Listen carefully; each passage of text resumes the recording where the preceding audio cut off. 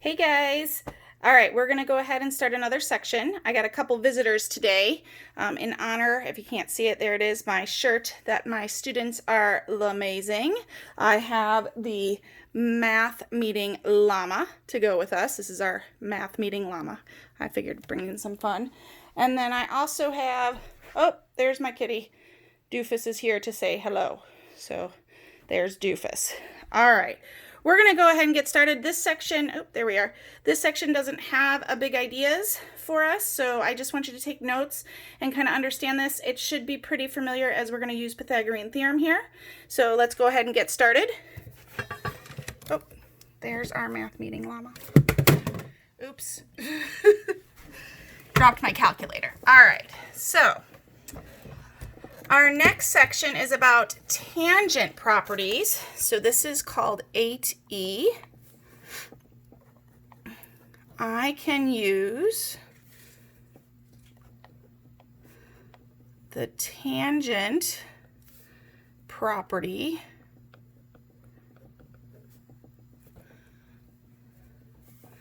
to determine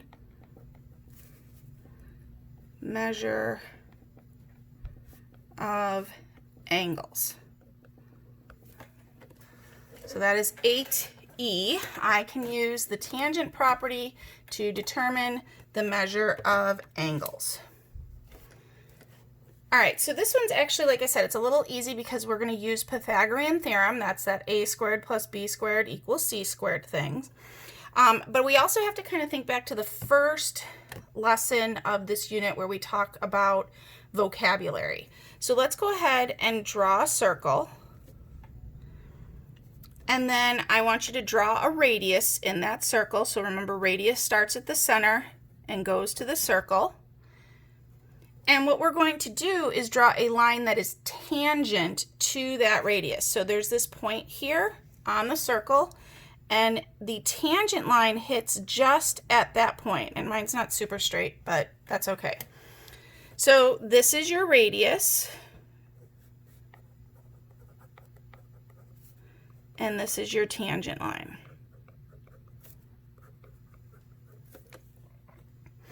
And what happens is when you have the tangent line here, that makes a right angle here, 90-degree angle, which is why we're going to be able to use the Pythagorean theorem. So if the radius and the tangent line intersect, we call this the point of tangency, then you get that 90-degree angle. So there's actually only two types of problems that we're going to do today. So we'll go through some examples.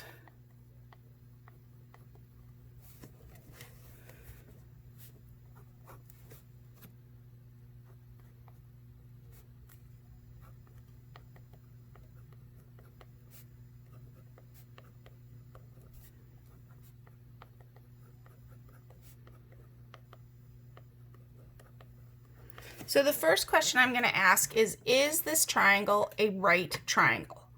So that's what we're trying to figure out. It's basically a yes or no question, but you do have to show proof. So we're going to go ahead and draw our circle. And then I'm going to draw a radius here and a tangent line out here. So you've got your radius and your tangent line, and then I'm just going to draw this piece here. And let's say this is 7 and this is 24 and this is 25. The whole thing is 25. So basically what I'm asking, if it's a right triangle, I'm asking, is this angle 90 degrees? That's what I want to know. Is that a 90-degree angle? If it's a 90-degree angle, then yes, it's a right triangle. If it's not, then no, it's not. So we'll start out with Pythagorean theorem, but I'm not going to use the equal sign here. I'm going to go a squared plus b squared, and I'm going to leave kind of a big circle there and then put c squared over here. So I'm not going to put that equals in because that's what we're trying to figure out. And then remember that c is always the longest side of the triangle. So C is always the longest, so our longest here is going to be 25. So I'm going to put 25 squared here in for C. So 25 is C, and then I'm going to draw my circle again. The other two, A and B, it doesn't matter. You can flip-flop 7 and 24. Doesn't really matter, so I'm going to go 7 squared plus 24 squared. Okay, so what's nice about your graphing calculator is this 7 squared plus 24 squared can be done in one step. So I'm just going to put the 7 squared plus 24 squared right in here and get 625. And then I'm also going to put in the 25 squared and get 625. So we can see that these two are equal, so the answer would be yes, it is a right triangle. If these two numbers were not equal, the answer would be no, it's not a right triangle. All right, let's look at the next type of problem.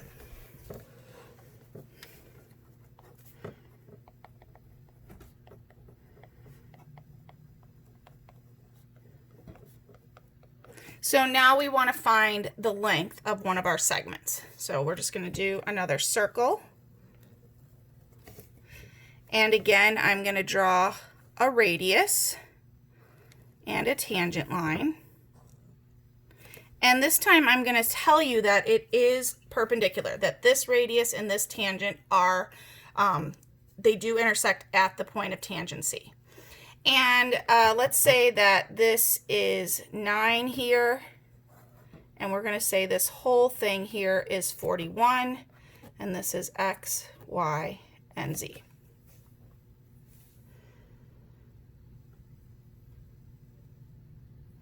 So again, we're trying to find this one leg of the triangle. So you have the radius here, this whole side here.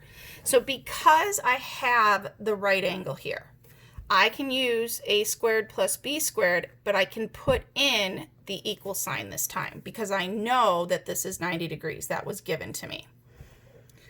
So I'm going to go ahead and label my hypotenuse like we do with our right angle. So there's my hypotenuse at 41. So that's got to be C, because remember, C is always your hypotenuse. It's always the longest side. It's always across from the right angle. And then I'm just going to call this side B. So this is going to be 9 squared plus b squared. I could have called it X. I could have called it whatever I wanted to. But so I've got 9 squared plus this side squared equals 41. So 9 squared is 81. Plus b squared is 41 squared. So 41 squared is going to be 1681. So all I did here was just expand. 9 squared is 81. 41 squared is 1681. Then let's subtract the 81 from both sides. So we get b squared equals 1600. Now that's b squared is 1600, so we have to get b by itself. So I'm going to take the square root of both sides. So again, if you want to, you can use that feature that I talked about in the other video where you hit second x squared, it brings in the square root sign, and then second and the negative key, that brings in a and s, which is the last answer, 16. Oh, I was wrong on that. Sorry, guys. You would have to do the 1600 because I totally forgot that we subtracted off the 81. So our b value is 40. Sorry about that.